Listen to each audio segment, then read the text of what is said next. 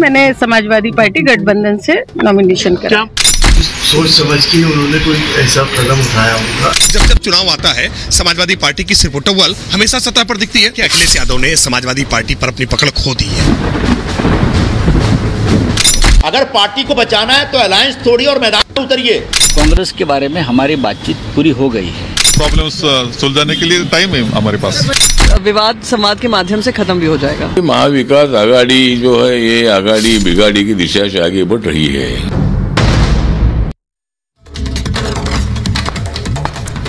नमस्कार, आपके साथ मैं हूं सुजाता कुकरेती। आप देख रहे हैं महाभारत, और महाभारत में आज सवाल अलग अलग राज्यों में बचे हुए उहापों की।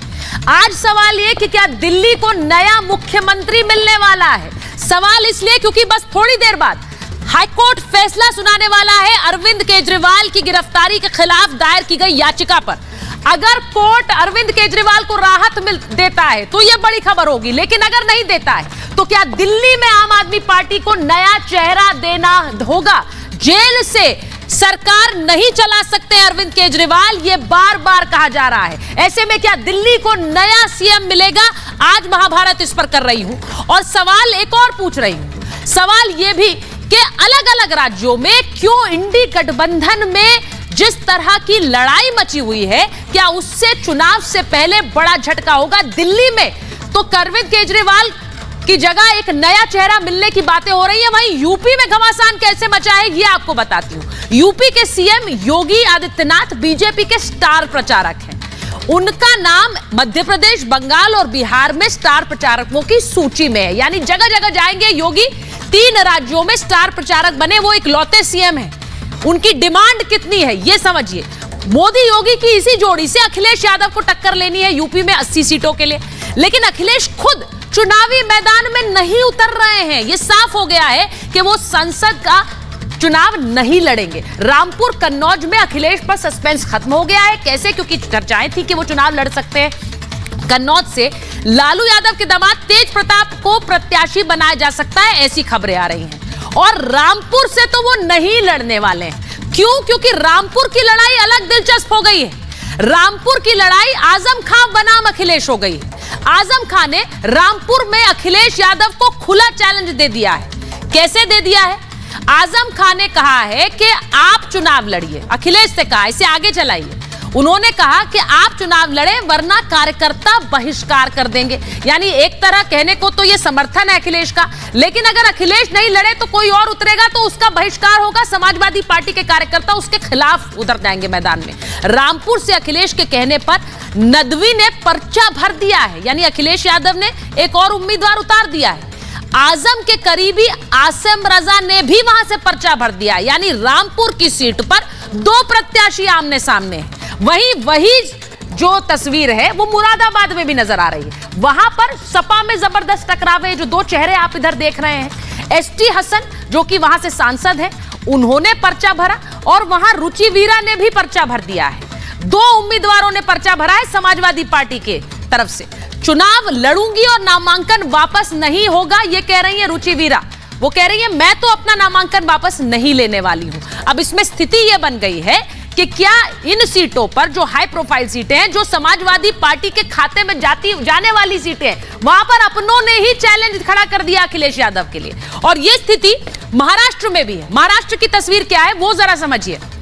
वहां महाविकास आघाड़ी में सिर्फ पुटव्वल की स्थिति हो गई है। जो तस्वीर आप देख रहे हैं, कांग्रेस से अलग उद्धव ठाकरे ने 17 कैंडिडेट्स अपने घोषित कर दिए, लेकिन इससे नाराज है कांग्रेस भी और शरद पवार भी। 16 प्रत्याशियों की दूसरी लिस्ट के बाद यह बवाल मच गया है। वहां 3 सीटों पर कांग्रेस दावेदारी कर रही थी। उन सीटों पर भी शिवसेना ने, उद्धव गुट ने अपने उम्मीदवार उतारे। मुंबई उत्तर पश्चिम से अमोल कीर्तिकर को उन्होंने टिकट दिया है, जिसके बाद बवाल मचा। शरद गुट ने, कांग्रेस ने, दोनों ने ही इस ऐलान से नाराजगी जाहिर कर दी है। यानी उद्धव गुट के खिलाफ अब कांग्रेस भी आ गई है और शरद पवार भी खुलकर उनके खिलाफ बयान दे रहे हैं। एनसीपी शरद गुट ने कहा है कि उनके कार्यकर्ता विरोध प्रदर्शन करेंगे और वो उतर भी गए हैं विरोध प्रदर्शन के लिए। वहीं संजय निरुपम, उन्होंने कह दिया है कि वो अपनी पार्टी कांग्रेस पार्टी से सीधे सीधे कह रहे हैं कि आप महाविकास आघाड़ी से अलग हो जाइए। उनको राहुल गांधी ने महाराष्ट्र में टिकट देने का वादा किया था, लेकिन ऐसा हुआ नहीं है। कांग्रेस नेता संजय निरुपम ने इसीलिए मोर्चा खोल दिया है और वो खुलकर कह रहे हैं कि महाविकास आघाड़ी नहीं चलने वाली है। उद्धव का कैंडिडेट घोटालेबाज है और घोटालेबाजों के साथ कांग्रेस को नहीं खड़ा होना चाहिए, यह संजय निरुपम का बयान है। ऐसे में महाविकास आघाड़ी में इस वक्त एक महाभारत छिड़ी हुई है। इससे कैसे निपटेंगे, तभी जाकर वहां पर एकनाथ शिंदे और देवेंद्र फडणवीस की जोड़ी को टक्कर दे पाएंगे। एक रिपोर्ट आप देख लीजिए, उसके बाद यहां की महाभारत।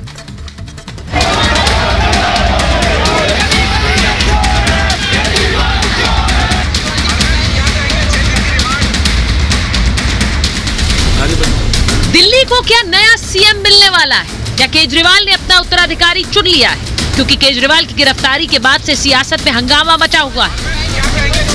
आम आदमी पार्टी के प्रदर्शन बनाम बीजेपी के प्रदर्शन रोज देखने को मिल रहे हैं। चुनाव नजदीक आते ही आपके समीकरण ऐसे बदल रहे हैं जो उन्हें हार का मुंह दिखा सकते हैं, क्योंकि केजरीवाल ही आपका सबसे बड़ा चेहरा है। गिरफ्तारी के बाद पार्टी दूसरा सीएम लाने के लिए मजबूर है। रेस में सबसे आगे हैं मिसेस केजरीवाल। सो कॉल्ड शराब घोटाले का पैसा है कहां? अरविंद जी ने कहा है कि इसका खुलासा वे 28 मार्च को कोर्ट के सामने करेंगे। पहले दिन से कह रहा हूं, आम आदमी पार्टी का चरित्र, अरविंद केजरीवाल का चरित्र और उसके नेताओं का चरित्र उन चिट्ठियों की तरह फर्जी है, नकली है। ये सिर्फ महिमा मंडन के लिए, एक आरोपी को, एक अभियुक्त को उसका महिमा मंडन करने के लिए किया जा रहा है। दिल्ली में मुख्यमंत्री बदलने की अटकलें हैं, क्योंकि केजरीवाल सियासी मैदान से आउट हो चुके हैं। उनकी पार्टी के एकमात्र लोकसभा सांसद सुशील रिंकू ने भी बीजेपी का दामन थाम लिया है। उधर यूपी में अखिलेश चुनावी रण में उतरना ही नहीं चाहते हैं। सपा अध्यक्ष अखिलेश लोकसभा चुनाव नहीं लड़ेंगे, लेकिन उनकी पार्टी के नेता आपस में भिड़ेंगे। रामपुर में अखिलेश को आजम खान ने खुली चुनौती दे दी है। ऐलान कर दिया कि अखिलेश रामपुर से नहीं लड़े तो कार्यकर्ता काम नहीं करेंगे और किसी और प्रत्याशी का समर्थन भी नहीं करेंगे। लड़ाई यही नहीं रुकी। रामपुर में अखिलेश ने अपना कैंडिडेट भेजा, दिल्ली के मौलाना नदवी से नामांकन कराया। थोड़ी देर बाद आजम खान ने अपना प्रत्याशी उतार दिया। रामपुर सपा के जिला अध्यक्ष से पर्चा भरवा दिया। मुरादाबाद में भी सपा के 2 प्रत्याशी मैदान में। एसटी हसन के बाद रुचि वीरा ने भी पर्चा दाखिल कर दिया।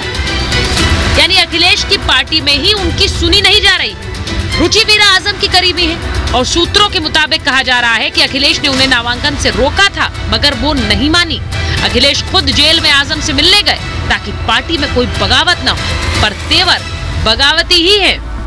ये सब नियम की बातें हैं। आप बात करिएगा, रिटर्निंग ऑफिसर से बात करिए, पार्टी के मुख्य जो लोग हैं उनसे बात करिए। मैंने समाजवादी पार्टी गठबंधन से नॉमिनेशन कर सोच समझ के उन्होंने कोई ऐसा कदम उठाया होगा, और अभी कोई ये तो है नहीं कि 30 तारीख तक के वो मैं नहीं लड़ूंगा। पूरा सही है। अगर पार्टी आप चाहेगी तो अभी भी मैं लड़ सकता हूँ। कोई फूट नहीं होगी। माननीय राष्ट्रीय अध्यक्ष जी बात कर रहे हैं और बात करके अभी सर्वमान्य हल निकल आएगा। इंडिया अलायंस का ये कंफ्यूजन बस यूपी में ही नहीं, महाराष्ट्र में तो और भी हालत खराब है। यहाँ सीटों का बंटवारा हुआ नहीं कि उद्धव ने 17 प्रत्याशी उतार दिए, जिससे कांग्रेस भड़क गई। शरद पवार के समर्थकों ने भी हंगामा कर दिया।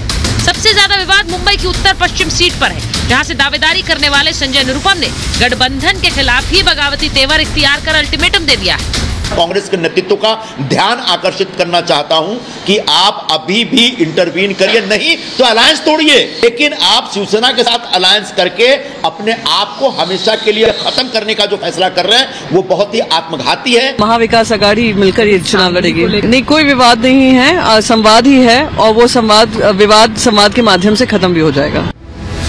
महाराष्ट्र में गठबंधन टूट की कगार पर है, क्योंकि उसके साथी तो ठेंगा दिखाकर निकलते जा रहे हैं।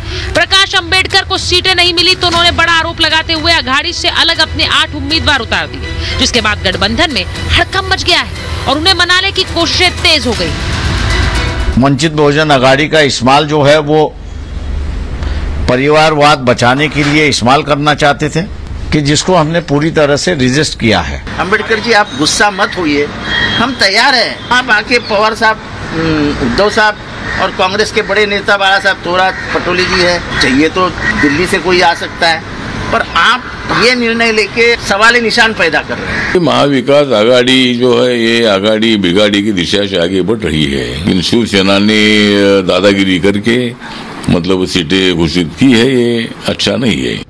वोटिंग में बस 22 दिन बचे हैं। विपक्षी पार्टियों में घमासान मचा है। कहीं गठबंधन में सीटों को लेकर खींचतान है तो कहीं पार्टी में ही नामांकन पर बवाल मचा है।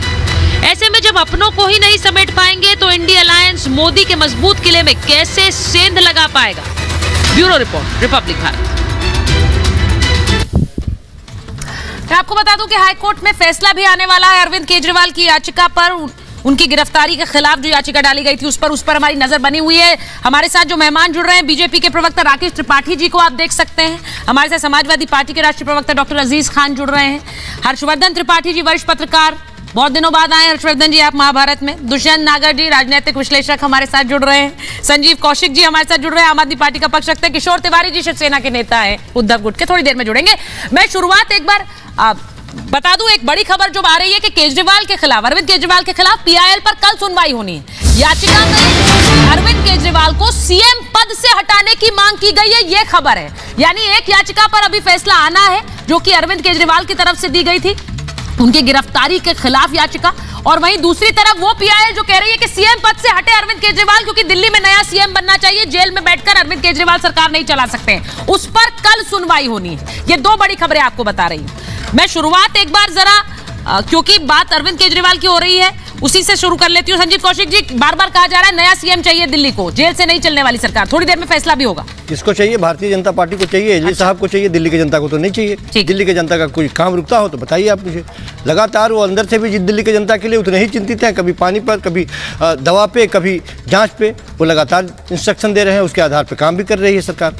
तो समस्या तो उसी बात से है कि इंस्ट्रक्शन दे कैसे रहे हैं जेल से बैठकर। मुश्किल तो यही है कि भारतीय जनता पार्टी को प्रॉब्लम क्या है। भारतीय जनता पार्टी यही चाहती है कि दिल्ली के सीएम को हमने जेल में भेज दिया तो कामकाज ठप हो जाए यहाँ पे, फिर पार्टी के लोगों के बीच में आपस में इस तरह की प्रतिद्वंदिता दिखे, वो तोड़ना चाहती है।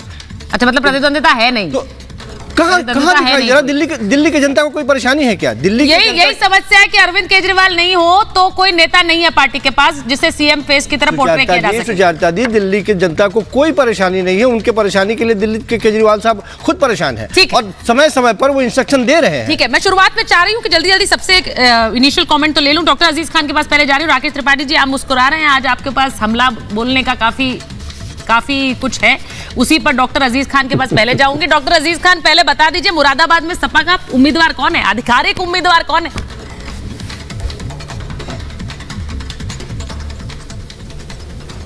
इतना सारा खबर चलाया आपने मुरादाबाद और रामपुर के बारे में और अभी स्पष्ट नहीं हुआ। यही नहीं स्पष्ट हुआ कि आखिर वहां मुरादाबाद में कौन आधिकारिक, वहां कौन कैंडिडेट है, और रामपुर का। फिल्म में सबसे ज्यादा मजा क्लाइमैक्स में आता है अजीज खान साहब। उस क्लाइमैक्स का हीरो आपको आज बना रही हूँ। बता दीजिए सबको कौन है मुरादाबाद से, कौन है रामपुर से। देखिए सुचेता जी, एक बात जानिए, ये समाजवादी पार्टी की लोकप्रियता है कि लगातार एक सीट से कई लोग दावेदारी पेश कर रहे हैं, लेकिन वहीं दूसरी तरफ देखिए भारतीय जनता पार्टी में ये टिकट देते हैं और लोग टिकट वापस कर रहे हैं। अंतर दोनों में है, ये मैं आपको बताना चाहता हूं। समाजवादी पार्टी और भारतीय जनता पार्टी में ये दोनों में फर्क है, एक बात आप जानिए। और रही बात हमारा जो शीर्ष नेतृत्व है, वो मंथन करके जिस निर्णय को कर रहा है वो सर्वमान्य है और वो सारी चीजें हो रही हैं। उसमें लगातार बहुत हाइप क्रिएट करना, लगातार हेडलाइन बनाना, वही तो क्लैरिटी चाहिए, बहुत मुनासिब है। वही क्लैरिटी चाहिए। जो शीर्ष नेतृत्व ने निर्णय लिया है वो है क्या? रुचि वीरा जी है निर्णय या फिर एसटी हसन है निर्णय? वहां नदवी साहब है निर्णय या फिर असीम साहब है निर्णय? रामपुर में वो निर्णय तो बताइए। भाई आपके चैनल ने, मैं देखा आपका चैनल लगातार ये दिखा रहा है कि मुरादाबाद में रुचि वीरा को फाइनल किया गया। हाँ ठीक है। रामपुर में नदवी साहब को फाइनल किया गया। जब आप खुद ही दिखा रही हैं तो मुझे पूछने का क्या मतलब है? चिट्ठी भी तो दिखा रहे हैं, वो ये भी कह रहे हैं, सारी चीजें स्पष्ट है। आजम खान साहब कोई मुश्किल खड़ी नहीं कर रहे हैं क्या आप लोगों के लिए? अखिलेश जी के लिए कोई मुश्किल नहीं खड़ी करी है रामपुर में। आप बता दीजिए जरा राकेश त्रिपाठी जी, आप भी तो नजर रखते हैं सपा वालों पर, ज्यादा नजर उनसे ज्यादा आपकी नजर रहती है। बताइए जरा मुश्किल है कि नहीं है अखिलेश जी के लिए? सुचरिता, जब आप ये सवाल पूछ रही थी ना, ये मुझसे पूछ रही है ना, के लिए गाना याद आ रहा था। नहीं, राकेश जी से पूछ रहे हैं। कह रहे होंगे कि आप वो बात क्यों पूछते हैं, आप वो बात क्यों पूछते हैं जो बताने के काबिल नहीं है। आप ऐसा सवाल पूछ रही हैं, सवाल का क्या जवाब देंगे? बेचारे अजीज खान नहीं, पूरी समाजवादी पार्टी के कार्यकर्ता आज गाना गुनगुना रहे हैं। एक बॉलीवुड का बड़ा प्रसिद्ध गाना था कि कंफ्यूजन ही कंफ्यूजन है, सॉल्यूशन का पता नहीं। अब इतना भ्रम है, हर प्रत्याशी बता रहा है कि मेरे पास ही अधिकृत उम्मीदवार हूं, मैं ही अधिकृत उम्मीदवार हूं, अखिलेश जी का आशीर्वाद मेरे साथ है। सच यह है कि अखिलेश जी भी नहीं जानते कि उनका आशीर्वाद किसके साथ है। यह स्थिति क्यों उत्पन्न हुई है? जब चुनाव आता है तब समाजवादी पार्टी के भीतर सिरपुटव्वल होती है। जब कोई दल अनुशासित नहीं होता है, जब दल के पास कोई विचारधारा नहीं होती है, जब दल सिद्धांतों के आधार पर नहीं चलता है, जब दल की कोई नीति नहीं होती है, दल केवल जाति और मजहब के जुगाड़ से चलता है ना, तो परिणाम इसी प्रकार के आते हैं। ऐसी ही अनुशासनहीनता देखने को मिलती है, ऐसी ही सिरपुटव्वल देखने को मिलती है। और यह सिरपुटव्वल कोई सपा में नहीं है, इनके अलायंस पार्टनर्स के साथ भी है। रोज अलायंस पार्टनर्स इनके साथ छोड़ करके इनको जा रहे हैं, रोज अलायंस पार्टनर्स इन पर तमाम प्रकार के आरोप लगा रहे हैं। लेकिन अखिलेश जी है कि अपनी धुन में मस्त होकर चल रहे हैं, पूरी पार्टी का नाश करके ही मानेंगे। जब से उन्होंने अपने पार्टी की कमान अपने हाथ में ली है, 2014 का चुनाव हारे, 2017 का चुनाव हारे, 2019 का चुनाव हारे, 2022 का चुनाव हारे, पंचायत का चुनाव हारे, निकाय का चुनाव हारे, उपचुनाव हारे, इतनी पराजय हो गई है ना, पूरा समाजवादी पार्टी का कैडर बिल्कुल आज अपने आप को एक अकेला महसूस कर रहा है। और अब अखिलेश यादव जी अभी तय नहीं कर रहे हैं कि वो कहां से चुनाव लड़ेंगे। और यही कंफ्यूजन आज कांग्रेस पार्टी में भी है, वो भी अमेठी और रायबरेली को लेकर के तय नहीं कर पा रही है। पूरा इंडिया अलायंस भारी कंफ्यूजन में है, भारी भ्रम की अवस्था में है। किसका किसके साथ गठबंधन है, कौन से कहां समीकरण लेंगे, कौन से मुद्दे उठाएंगे, मुद्दों को लेकर के भी इनके भीतर कोई एकरूपता नहीं है, एक राय नहीं है। अब देखिए, जब आप बात कर रहे थे ना राकेश जी, तो दुष्यंत जी यहाँ पर बोल रहे हैं कि हमारे यहाँ बहुत एक होता है, एक अंग्रेजी में कहते हैं प्रॉब्लम ऑफ प्लेंटी। सुनिए, प्रॉब्लम ऑफ प्लेंटी। आप कह रहे हैं ना हमारे पास एक सीट से 5 उम्मीदवार है। ये बताना चाहता हूँ कि टिहरी में कांग्रेस प्रत्याशी ने नामांकन किया, मैंने ऐसा नामांकन नहीं देखा जैसे विजय जुलूस निकल रहा हो, इतने समर्थक, इतनी भीड़। तो इंडिया अलायंस बहुत अच्छे बहुमत के साथ और बहुत अच्छी शक्ति के साथ इस चुनाव में आपको जवाब देने जा रही है। और यहाँ ये मत सोचिए जैसे पूर्णिया का चल रहा है। जी, मैं पूर्णिया पे भी थोड़ा सा बोल लो, आपकी अनुमति हो तो। शरद पवार जवाब दे रहे हैं कि आपने बिना बिल्कुल, शरद पवार जी हैं, बड़े हैं, उनको दिशा निर्देश देने। एक और जवाब दे रहे हैं आपको कार्यकर्ता। जरा एक खबर सुनिए। लेकिन राकेश जी, इंडिया अलायंस में एक सीट से कई योग्य उम्मीदवार हैं। भारतीय जनता पार्टी के विषय में सोचिए, जिनके गुजरात में 2 प्रत्याशियों ने नाम वापस कर दिया। नहीं तो आपके हिसाब से चिंता का कारण आपको खोजना पड़ेगा अपना। दुष्यंत जी के लोकप्रियता क्यों घट रही है भाजपा की, जो मुरादाबाद में हो रहा है अजीज साहब, और इंडिया अलायंस अच्छी खबर है। कांग्रेस में कार्यकर्ता टिकट के लिए क्यों लड़ रहा है? एक सीट पर 2 नहीं 5 जाने चाहिए, खड़ी है। ये अच्छी खबर है। सुनिए दुष्यंत जी, एक खबर आपको बता रही हूँ। दिल्ली में कांग्रेस मुख्यालय के बाहर कांग्रेस कार्यकर्ताओं ने विरोध प्रदर्शन किया है। विरोध सुनिए ना, खबर तो सुनिए। चौधरी अमरोहा से दानिश अली को टिकट देने का विरोध कर रहे हैं कांग्रेस कार्यकर्ता। अमरोहा से दिल्ली कांग्रेस मुख्यालय पहुंचे हैं कार्यकर्ता, और कुछ दिनों पहले बीएसपी छोड़कर कांग्रेस में शामिल हुए थे दानिश अली। कितनी भीड़ है? ये भीड़ जो है विरोध प्रदर्शन की भीड़ है। अरे विरोध प्रदर्शन क्यों मान रहे हैं? आपके लिए विरोध प्रदर्शन है। मैं तो उसे कांग्रेस की लोकप्रियता मान रहा हूं कि सचिन चौधरी के साथ भी हजारों कार्यकर्ता है और लाखों कार्यकर्ता कांग्रेस को जिताने के लिए तैयार है, और अपना दानिश अली के साथ भी है। ये बड़ा कांग्रेस की शक्ति है। करने आ रहे हैं वो भी कार्यकर्ता टिकट लेने के लिए लाइन लगा के खड़ा हुआ है। भारतीय जनता पार्टी दिखा दे कहीं इनकी कार्यकर्ताओं की रैली निकल रही है, आपके लिए हर सीट पर हो जाए, हमारे लीडर को टिकट दीजिए। नहीं है। हर्षवर्धन जी आपके पास आ रही हूँ, एक मिनट। दुष्यंत जी, अगर ये आपके लिए शक्ति प्रदर्शन है और बिल्कुल ये खुशी का विषय है, ये हमारे लिए कोई कब गम में तब्दील हो जाएगी आपको पता नहीं चलेगा। आपको लगता है ये भीड़ पहुंची है, लेकिन विरोध कर रही है, और आप उस पे खुश हो रहे हैं। मेरे लिए ये दृश्य प्रसन्नता का सूचक है, मैं प्रसन्न हूँ। अच्छा, एक मिनट हर्षवर्धन जी, ये जो सिर फुटबल हो रहा है, ये मैंने यूपी की बात की है, उसमें 2 सीटें, दोनों बहुत हाई प्रोफाइल सीटें हैं, और इसीलिए उन पर ध्यान लोगों का जाता है। अब यहाँ दुष्यंत जी कह रहे हैं कि भाई अगर ज्यादा लोग हैं तो ये तो लोकप्रियता दिखाती है पार्टी की। ये वो सीटें हैं जो समाजवादी पार्टी गवा सकती है इस चक्कर में, ये मुश्किल खड़ी कर सकती है, और वही वो महाराष्ट्र में भी दिख रहा है।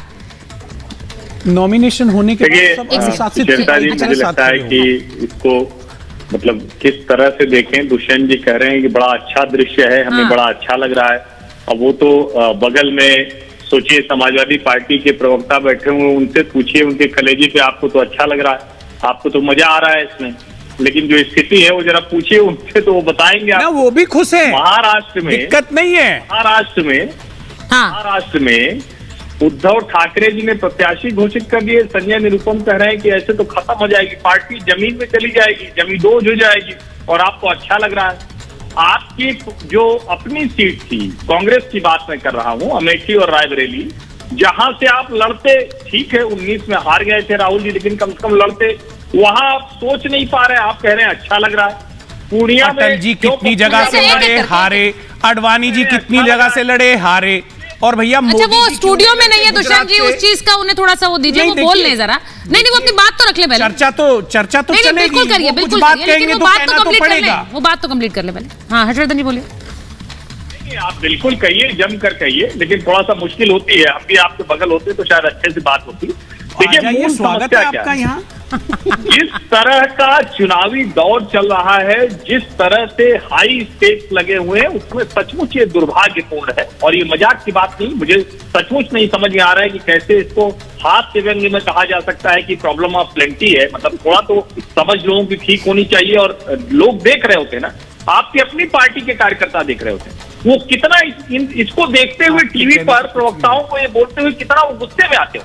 आप सोचिए कि जिस पार्टी को ये नहीं पता है कि सिंबल किसे देना है, जिस पार्टी को ये नहीं पता है कि कौन प्रत्याशी होगा, अंतिम समय में दौड़ाना पड़ रहा है, जिस पार्टी की तरफ से 3-3, 4-4 लोगों को बैकअप में करना पड़ा है। अरे भाई आदर्श स्थिति होती है ना, थोड़ी ना है कि भारतीय जनता पार्टी ने टिकट नहीं काटे हैं, ऐसा भी नहीं कि भारतीय जनता पार्टी से लोग नाराज नहीं होते, लेकिन लिखा ना उन्होंने, बोला ना उन्होंने कि हम पार्टी के लिए खड़े होंगे, और जिन लोगों की नाराजगी भी है वो भी उस तरह से नाराजगी नहीं दिखा रहे। चुनाव के समय में ये बड़ा महत्वपूर्ण होता है। इसके आगे आप देखिए, आज ही आम आदमी पार्टी के सांसद और विधायक वो भारतीय जनता पार्टी में चले आते। जिस पंजाब में कहा जा रहा था भारतीय जनता पार्टी को बस्ता उठाने वाला नहीं मिलेगा, वहां रवनीत सिंह बिट्टू, सरदार बेअंत सिंह के पोते, वो पार्टी में चले आते।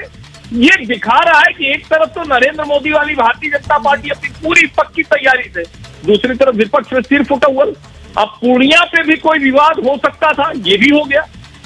सीट तय नहीं कर पा रहे हैं, प्रत्याशी तय नहीं कर पा रहे हैं, जो घर है अपना उसको नहीं संभाल पा रहे हैं, अमेठी रायबरेली की सीटें नहीं दे पा रहे। अब इसके बाद अगर आप कहें कि बड़ा अच्छा दृश्य है, बहुत अच्छा लग रहा है, प्रॉब्लम ऑफ प्लेंटी है, तो फिर हम क्या कहेंगे? तब तो कहेंगे कि आपको शुभकामनाएं। एक सवाल पूछ रहे हैं, हाँ भरपूर प्रयास किया, लेकिन मेरा आपसे एक ही क्वेश्चन है कि क्या 543 सीटों में भारतीय जनता पार्टी में एक भी कार्यकर्ता ऐसा है जिसने खुल के टिकट मांगा हो, जिसने एक्स पे लिखा हो, जिसने किसी सोशल मीडिया प्लेटफॉर्म पे लिखा हो, जिसने वहां दिए गए टिकट के खिलाफ कोई बात कही हो? क्या इसे आदर्श लोकतंत्र बता रहे हैं आप, जहां कार्यकर्ता को पूछा नहीं जाता? अरे हमारे बहुत ही पश्चिम के एक चर्चित नाम है सत्येंद्र सिसोदिया जी, इतने जमीनी व्यक्ति हैं, भारतीय जनता पार्टी के क्षेत्रीय अध्यक्ष भी हैं, उनको आशा थी उनके समर्थकों को कि मेरठ से टिकट मिलेगा, लेकिन ऊपर से हेलीकॉप्टर से प्रत्याशी उतार दिया। बेचारे सत्येंद्र सिसोदिया जी और अन्य उनके समर्थक मायूस होकर मन मार के बैठ गए। कम से कम कांग्रेस पार्टी में और समाजवादी पार्टी में लोग आके कार्यालय पे अपनी बात तो कह लेते हैं। यही लोग अब आप इसी बात में खुश हो जाइए दुष्यंत जी, हम एक बार प्रसन्न हैं, हमें यही लोकतंत्र चाहिए, हमें गला घोटू लोकतंत्र नहीं चाहिए, हमें ऐसा नहीं चाहिए कि जहां व्यक्ति को निचोड़ दिया जाए। सुनिए मेरी बात, पार्टी का टिकट तय करा लेते, भाजपा ने तो तय कर लिया है। देखिए समस्या ये है कि यहाँ पर गला घोटू लोकतंत्र आप कह रहे हैं। हर्षवर्धन जी मुझे सिर्फ एक चीज समझ आ रही है, आप इसे जिस तरह से दुष्यंत जी आप देखते हैं, आपको लग रहा है गला घोटू लोकतंत्र है कि कोई बोल नहीं रहा है, गला घोटू लोकतंत्र है। ठीक है, एंड ऑफ द डे जो जीतेगा, जो जीता वही सिकंदर होता है। और अगर इस लड़ाई के साथ आप पहले ही पार्टी को मुश्किल में खड़ी कर देंगे तो जीत कैसे देखेंगे? ये मैंने पहले ही कहा, ये सपा के लिए इन्हें विनिंग सीट्स माना जाता है, वो विनिंग सीट लड़ाई नहीं है जी, ये चुनाव है। अजीज खान साहब जानते हैं अखिलेश जी नहीं चाहेंगे कि वहां पर ये इस तरह का द्वंद्व हो, लेकिन ये पूरी तस्वीरें सामने खुलकर आ रही है कि वहां पर लड़ाई हो रही है इन दोनों सीटों पर। ये क्या चाहेगी समाजवादी पार्टी? आप इसे भले ही डिफेंड करते रहे, लेकिन कोई भी पार्टी चाहेगी कि ये द्वंद्व सामने आए, और इस द्वंद्व के चलते उन सीटों पर खतरा मंडरा रहा है। कौन है? मैं अभी तक मुझे नाम नहीं बताया अजीज खान साहब ने, इन दोनों सीटों से उम्मीदवार कौन है सपा का? इशारों में नहीं सर, क्लैरिटी से बताइए। वहां रुचि वीरा जी हैं तो बोल दीजिए एसटी हसन का टिकट कट गया है वहां से। ये बोलिए ना। देखिए सुचरिता जी, एक बात जानिए, मैं लगातार जो चर्चा देख रहा हूं, किस तरह दावेदारी बड़े बड़े लेवल पे पेश की जा रही है। देखिए एक बात जानिए, समाजवादी पार्टी सामाजिक हितों की बात करती है, समाजवाद की बात करती है, लोकतंत्र की बात करती है, तानाशाही की बात नहीं करती है। हमारे यहाँ तानाशाही नहीं है, लोकतंत्र है और हर शख्स अपनी आवाज को उठा सकता है। लेकिन बीजेपी में सिर्फ 2 लोग हैं जो पार्टी के हर मसले को तय करते हैं, वो एक तानाशाही है, वहां लोकतांत्रिक व्यवस्था नहीं है। तो एक बात आप जानिए कि ये समाजवादी पार्टी सामाजिक हित की बात कर रही है और हमेशा करती रहेगी। हर शख्स अपनी आवाज को उठा सकता है और हर शख्स को अधिकार है कि वो टिकट भी मांगेगा, नामांकन भी करेगा, सारा काम करेगा, लेकिन कैंडिडेट उसे बनाया जाएगा जिसको हमारा नेता चाहेगा, जो हमारा पार्लियामेंट्री बोर्ड चाहेगा। ठीक है, ये सिस्टम है, ये तरीका है पार्टी चलाने का। हमारे यहाँ तानाशाही नहीं है। ठीक है, आप ये बात कह रहे हैं कि जो पार्लियामेंट्री बोर्ड चाहेगा वो होगा, लेकिन मेरा सिर्फ ये मानना है कि उस पार्लियामेंट्री बोर्ड में जो नेता हैं वो तो खुलकर ही अब वही चैलेंज दे रहे हैं। समस्या ये सिर्फ यूपी की बात नहीं, मैं एक बार महाराष्ट्र पर जाना चाहती हूँ, क्योंकि महाराष्ट्र में जो हो रहा है वहां पे शरद पवार खुलकर कह रहे हैं कि ये उम्मीदवारों को उतारना सही नहीं था, ये गलत था। महाराष्ट्र में ये हो रहा है, यूपी में ये हो रहा है, और जो दिल्ली में हो रहा है संजीव जी, उसमें तो सबसे ज्यादा समस्या है। दिल्ली में इस वक्त दिल्ली का सीएम अगले कुछ घंटों में कौन रहने वाला है ये नहीं पता है, और आप लोग वो चाहते भी नहीं है कि आप बताएं कि अरविंद केजरीवाल के अलावा कोई और चेहरा हो सकता है। क्यों आपको ऐसा लगता क्यों है? हम लोग चर्चा क्या कर रहे हैं? हम लोग चर्चा इस बात पे कर रहे हैं कि एक पार्टी के 4 दावेदार हैं और कह रहे हैं कि हमको दीजिए टिकट, हम लड़ेंगे। हम इस पे चर्चा नहीं कर रहे हैं कि भारतीय जनता पार्टी जिसे टिकट दे रही है वो लड़ना नहीं चाह रहा है। ऐसा क्यों? तो जिस पार्टी के लिए दावेदारी ज्यादा है उसको हम माइनस मान के चल रहे हैं, और जिस पार्टी के द्वारा टिकट दी जाए वो नहीं लड़े, वो बड़ी मजबूती है उसके साथ। चू शब्द बोलने की किसी की हिम्मत नहीं है, न पार्टी से टिकट मांगने की हिम्मत है, न शिकायत करने की हिम्मत है, तो वो बड़ा मजबूत है। वो आप किस तरह की हवा बनाने का प्रयास कर रहे हैं? और दिल्ली की बात, हवा बनाने का प्रयास और दिल्ली की बात, भारतीय जनता आपकी बात नहीं कर रहे, भारतीय जनता पार्टी की बात कर रहे हैं। इसका क्या मतलब है? इसका मतलब यही है कि ये गलत नैरेटिव बनाने का प्रयास किया जा रहा है बीजेपी की बड़ी मजबूती के साथ, बड़ी मजबूती के साथ। और शुरुआती दौर से इंडिया गठबंधन कहता रहा कि हम क्वांटिटी नहीं क्वालिटी बेस्ड चुनाव लड़ना चाहते हैं। निश्चित तौर पे देर लगेगा, समय लगेगा, दावेदारी बहुत ज़्यादा है, उसमें से चुन के जो जीत जिसकी सुनिश्चित हो उसको लड़ाने की बात हो रही है। और कौन पार्टी का कार्यकर्ता लड़ना नहीं चाहता है? ये गलत बात है क्या?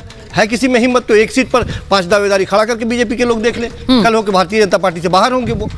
तो जिसे आप अनुशासन कह रही हैं वो डर और भय का माहौल है, चुप्पी का माहौल है वहां पे। चलिए मैं आपको ये बता दूं कि अरविंद केजरीवाल की याचिका पर किसी भी समय फैसला आ सकता है। ये इस वक्त की बड़ी खबर है। अरविंद केजरीवाल की गिरफ्तारी, उसके खिलाफ याचिका कोर्ट में दी गई थी, जिस पर फैसला 4:45 बजे तक के लिए टाला गया, 5:45 बजे, और उसके बाद अब 6:30 बजने वाले हैं, अभी तक फैसला नहीं आया है। दिल्ली हाई कोर्ट इस पर फैसला सुनाने वाला है। अगर फैसला अरविंद केजरीवाल के पक्ष में आता है तो ये आम आदमी पार्टी और केजरीवाल के लिए, अरविंद केजरीवाल के लिए बड़ी जीत होगी। लेकिन अगर उनके खिलाफ आता है, यानी गिरफ्तारी बनी रहेगी, वो जेल में रहेंगे, ऐसे में क्या दिल्ली को नया सीएम मिलेगा? सवाल सबसे बड़ा ये है, क्योंकि ये बार बार कहा जा रहा है कि जो एक तरह से संवैधानिक ढांचा है उसके खिलाफ ये जो पूरा प्रयास जो आम आदमी पार्टी कह रही है कि किया गया, हमारे मुख्यमंत्री को जेल में डाला, उसी तरह से गिरफ्तारी के बाद कोई मुख्यमंत्री पद पर बना रहा हो ऐसा भी उदाहरण नहीं देखा गया है। लेकिन अरविंद केजरीवाल बने हुए हैं। सुचारिता फैसले जो भी आए कोर्ट के सम्मान में कोई कुछ नहीं बोलने वाला है, लेकिन केजरीवाल साहब ही मुख्यमंत्री बने रहेंगे, ये बात तय। अच्छा, बने रहेंगे वो, कोर्ट चाहे कोर्ट का फैसला कुछ भी आए। भाई राकेश त्रिपाठी जी बने रहेंगे, अब आप कुछ भी कर लीजिए। ये कहीं नहीं लिखा है, किसी भी रूल बुक में ये नहीं लिखा है कि वो सीएम नहीं रह सकते, भले ही उदाहरण ना हो। हाँ,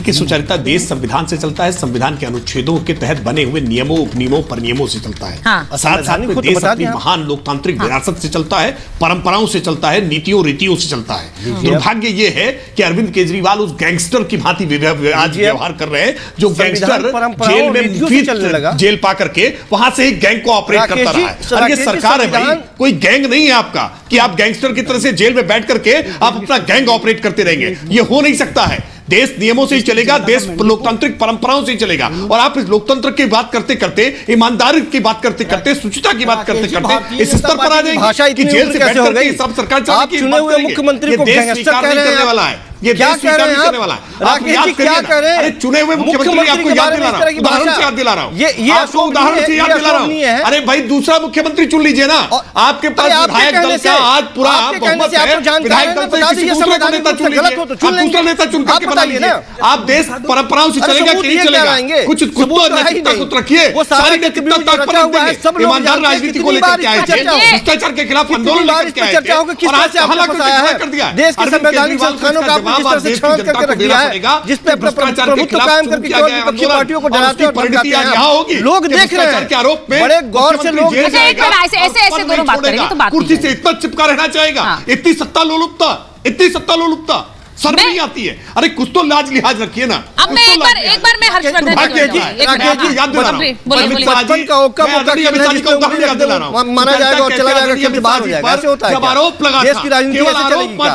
दिल्ली की राजनीति दर्द जो है ना, वो दर्द समझ में आ रहा है। जब तक आरोप बरी नहीं हो गए तब तक किसी प्रधानमंत्री लगता है कि आज संजीव जी, राकेश जी एक मिनट, संजीव जी देखिए, सवाल सिर्फ आप आम आदमी पार्टी बार बार ये कह रही है कि अभी तक कॉन्विक्टेड नहीं है तो वो सरकार चला सकते हैं। ऐसा कोई उदाहरण नहीं है कि अरेस्ट होने के बाद कोई किसी मुख्यमंत्री ने, सिटिंग सीएम ने अपना इस्तीफा ना दिया हो, वो बना रहा हो, ऐसा उदाहरण नहीं है। लेकिन वो कह रहे हैं कि गलत नहीं है, वो कह रहे हैं गलत नहीं है। ऐसा उदाहरण भी नहीं है कि दिल्ली के मुख्यमंत्री ने जितनी तेजी से दिल्ली के सत्ता में परिवर्तन करते हुए अपने आप को स्थापित किया और दिल्ली के मुख्यमंत्री सबसे बड़ी लोगों ने एक्सेप्ट किया, ये भी उदाहरण नहीं है। एक ऐसी पार्टी जो क्षेत्रीय पार्टी है, दूसरे स्टेट में जाकर फिर उसमें दिक्कत क्या है? अगर आपको लग रहा है कि अरविंद केजरीवाल को इतना पब्लिक सपोर्ट है, इतना पब्लिक सपोर्ट है, गुजरात में जाकर राष्ट्रीय पार्टी बनती हो, सुनिए मेरी बात, नहीं ऐसा कोई एग्जाम्पल नहीं है, आप सही कह रहे हैं। लेकिन ऐसे में अगर आप कह रहे हैं इतना पब्लिक सपोर्ट है अरविंद केजरीवाल के समर्थन में, लोग देख रहे हैं कि उन्होंने दिल्ली की राजनीति को बदल दिया है, तो हर्षवर्धन जी को लाइए जरा स्क्रीन पर। हर्षवर्धन जी की बात वो लोग करें, ठीक है, मैं समझ गई आपकी बात। मैं हर्षवर्धन जी सिर्फ ये सवाल पूछ रही हूँ, तो ऐसे में किसी दूसरे व्यक्ति को सामने पोर्ट्रे करने का साहस पार्टी नहीं कर रही, या फिर वही, या एक डर है अरविंद केजरीवाल के अलावा कोई और चेहरा ऐसा नहीं है जो दिल्ली की सियासत में उस तरह से रह सके, चुनाव सर पर है इसलिए वो नहीं करेंगे, तो आप जेल से ही चलाएंगे? देखिए सुचेता, सबसे पहले तो मुझे लगता है कि राजनीति में कई बार कुछ चीजें कानून के तौर पर लिखी हो, उसके हिसाब से सब कुछ नहीं चलता है। लालू प्रसाद यादव ने भी, जो दोषी हो गए बाद में, उन्होंने भी जब उनके ऊपर आरोप लगा, जब जेल जाने की नौबत आई, तो लालू यादव जैसे व्यक्ति ने भी छोड़ दी सत्ता। ठीक है, उन्होंने अपनी पत्नी राबड़ी देवी को बना दिया, उसके लिए बड़ी आलोचना हुई। अरविंद जी भी अपनी पत्नी सुनीता केजरीवाल जी को बना सकते हैं, शायद उसी की भूमिका तैयार हो रही है। पार्टी के भीतर एक बड़ा वर्ग तैयार है जो सुनीता केजरीवाल को स्वीकार शायद सीधे नहीं करेगा, इसलिए कुर्सी पर बैठकर थोड़ा सा धीरे धीरे माहौल बनाया जा रहा है। उनको पता है कि बहुत दिन तक सस्टेन नहीं करेगा। अब अगर न्यायालय उनको जमानत दे दे तो हम आप नहीं है, किसी हमारा अधिकार नहीं है, हम कोई न एजेंसी है न न्यायालय है। लेकिन अभी जो दिख रहा है भ्रष्टाचार के गंभीर आरोप है, अभी तो सामने दिख रहा है। जो सरकार के लोग हैं, मंत्री के तौर पर, सांसद के तौर पर, दूसरे लोग जो हैं, वो सब जेल में, उनको जमानत नहीं मिल रही। अरविंद केजरीवाल के ऊपर जो आरोप है वो गंभीर है। ऐसे में अगर वो व्यक्ति जो कहता था कि आरोप लगे और त्यागपत्र, पता नहीं उसका बचाव कैसे आज कोई कर सकता है। मतलब थोड़ा सा तो लोग टीवी पर लोग देखते हैं, आपकी बात सुनेंगे, आपकी बात को, पहले की बात को देखेंगे। यही अरविंद केजरीवाल थे ना जो कहते थे कि आरोप लगे तो त्यागपत्र दो। यही अरविंद केजरीवाल लोकपाल के लिए परेशान थे, और आज जो अरविंद केजरीवाल जेल चले गए, लेकिन मुखिया को जेल में भेज देने से आपको लगता हो कि ये पार्टी खत्म करने का यही रास्ता है? ऐसा कोई शुचिता के व्यक्ति आएगा कुर्सी पर जो कुर्सी नहीं छोड़ेगा, भले ही कितने गंभीर। अच्छा, मेरे को ये बड़ा इंटरेस्टिंग लगता है दुष्यंत जी, एक मिनट, ये बड़ा इंटरेस्टिंग है कि जब केजरीवाल जी की बात हो रही है तब आप बोलना चाह रहे हैं, जब कांग्रेस की बात हो रही है उस पर पहले आप बोलिए, पहले कांग्रेस पर बोलिए। इंडिया अलायंस में पूरी बात करने के लिए तैयार हूं। मेरा हर्ष जी से एक ही प्रश्न है, हर्ष जी, 2G का मामला चला, 1,76,000 करोड़ का, आप लोगों ने, बहुत से हमारे साथियों ने उसका खूब प्रचारित किया, चुनाव में मुद्दा भी बना। उसमें एक मंत्री महोदय जेल गए, सांसद जेल गए, वो सारी कहानी आप जानते हैं।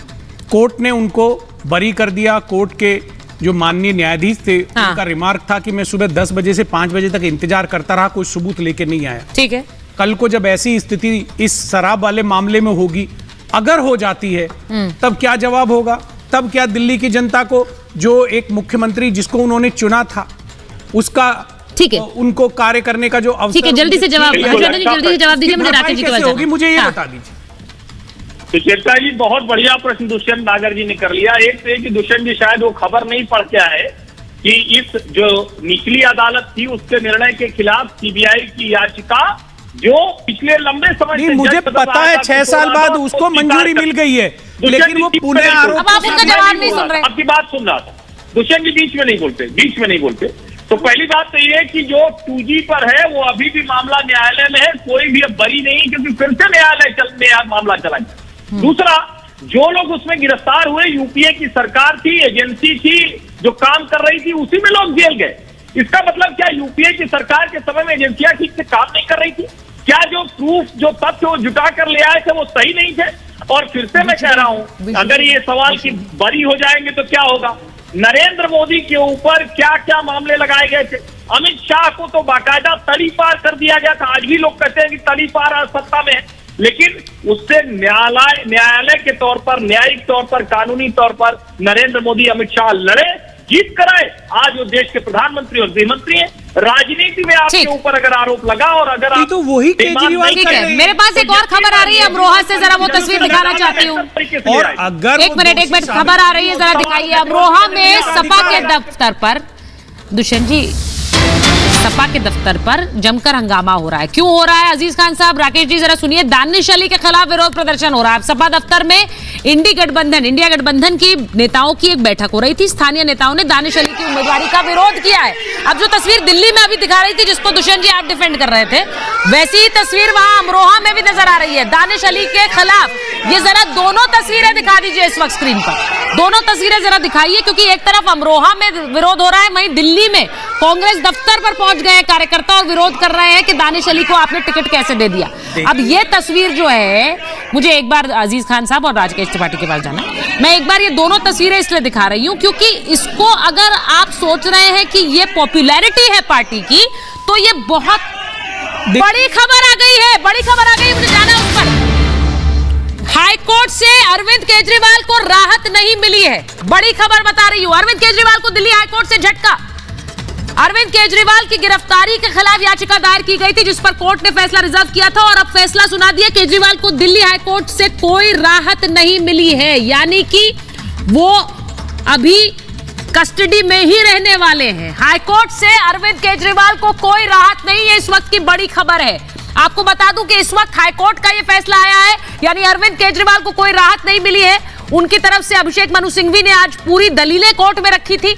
उनकी तरफ से अभिषेक मनु सिंघवी आज हाईकोर्ट में दलील दे रहे थे कि अरविंद केजरीवाल की गिरफ्तारी गलत तरीके से हुई है और इसीलिए इस गिरफ्तारी को खारिज किया जाना चाहिए, उन्हें बाहर आना चाहिए। लेकिन हाईकोर्ट ने उनकी याचिका को खारिज कर दिया है, यानी अरविंद केजरीवाल को कोई राहत नहीं है। हाईकोर्ट से बड़ा झटका मिला है अरविंद केजरीवाल और आम आदमी पार्टी को। यह इस वक्त की बड़ी खबर है।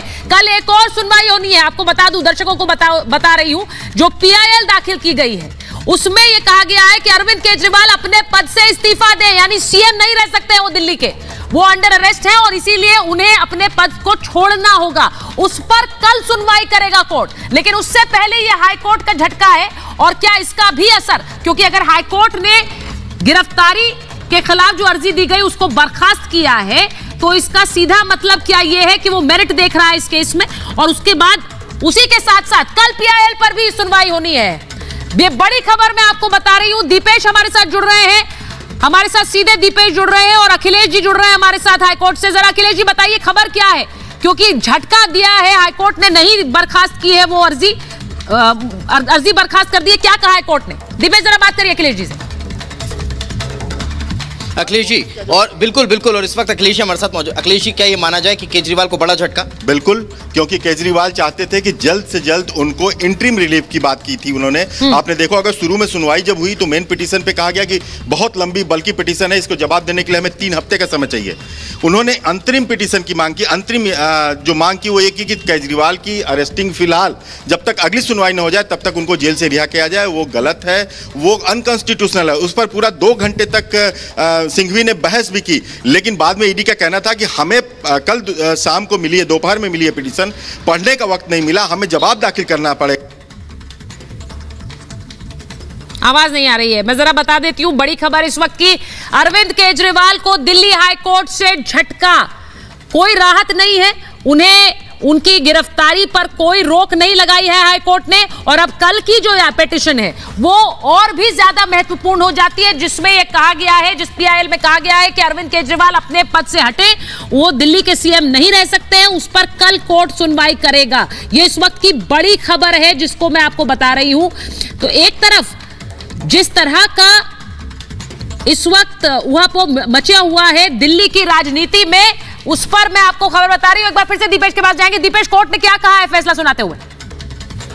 अखिलेश जी, एक और सवाल अब यहां पर खड़ा होता है। ये तो एक झटका लगा, कल अरविंद केजरीवाल को वापस से अपनी ईडी कस्टडी खत्म होने के बाद कोर्ट में पेश होना होगा, राउज एवेन्यू कोर्ट में। अब क्या कदम बचता है अरविंद केजरीवाल? देखिए, वो पिछले 6 दिन पहले राउज एवेन्यू कोर्ट के स्पेशल सीबीआई ईडी जज का आदेश था, वो उस पर कोई रोक नहीं है। वो चाह रहे थे कि जो समन दिया गया है कोर्ट की तरफ से या जो गिरफ्तारी है उसको अनकॉन्स्टिट्यूशनल घोषित करा जाए और उनको छोड़ा जाए। वो एक मुद्दा हाईकोर्ट में पेंडिंग रहेगा। 3 तारीख को सुनवाई होगी। इन बिटवीन जो कल पेश होना है वो पेश होना है।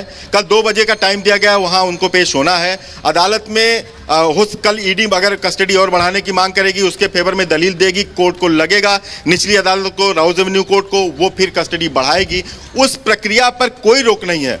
जो ये गिरफ्तारी को अनकॉन्स्टिट्यूशनल मान रहे थे, उस पर एक अंतरिम राहत की बात कर रहे थे कि तब तक छोड़ा जाए, ये सारी चीजें अब 3 तक के लिए टल चुकी हैं और ये हाईकोर्ट में सुनवाई होगी। एक बड़ा झटका इसको भी मान सकते हैं कि आज अगर हाईकोर्ट खाली कर दिया होता तो कल सुप्रीम कोर्ट चले जाते, लेकिन वो भी नहीं जा सकते क्योंकि मामला हाईकोर्ट में पेंडिंग है। इसलिए कहा जाए कि ये फिलहाल जो अंतरिम राहत की भी मांग कर रहे थे, उस पर भी इनको एक बड़ा झटका लगा है। अब अगर कल ईडी फिर से कस्टडी की मांग करती है और राउज एवेन्यू कोर्ट अगर कस्टडी फिर से दे देता है ईडी को, उसके बाद भी क्या सुप्रीम कोर्ट जाने के लिए अब इनके पास कोई रास्ता नहीं बचा? बिल्कुल नहीं, क्योंकि पहले ही कस्टडी को इन्होंने चैलेंज किया था। अब दूसरी कस्टडी दे दे तो उसमें कोई अंतर नहीं है कस्टडी देने में।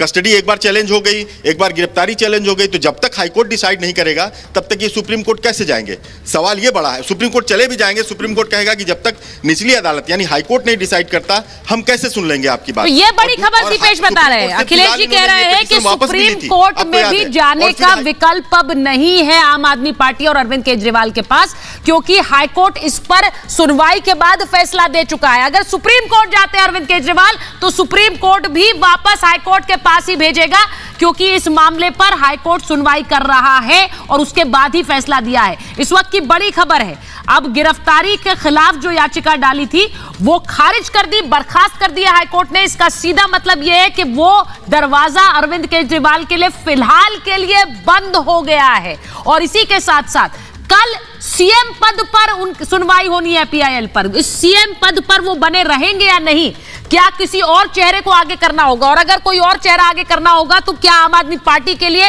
ये एक और बड़ी मुश्किल होगी? ये बड़ा सवाल है, क्योंकि आम आदमी पार्टी इस बात पर अडिग है कि किसी और चेहरे को वो आगे नहीं करेगी बतौर दिल्ली का मुख्यमंत्री। ऐसे में क्या स्थिति होगी ये देखनी होगी। इस वक्त मुश्किल में आम आदमी पार्टी नजर आती है, क्योंकि अरविंद केजरीवाल को कोई राहत नहीं मिली है। ये बड़ी खबर आ गई, इसीलिए मुझे इस पर जाना पड़ा है। महाभारत में मेरे पास इतना ही समय था। बहुत बहुत धन्यवाद आप सभी का। और यह भी आपको बताऊं कि दिल्ली हाई कोर्ट से झटके के बाद क्या अरविंद केजरीवाल सीएम पद से इस्तीफा देंगे?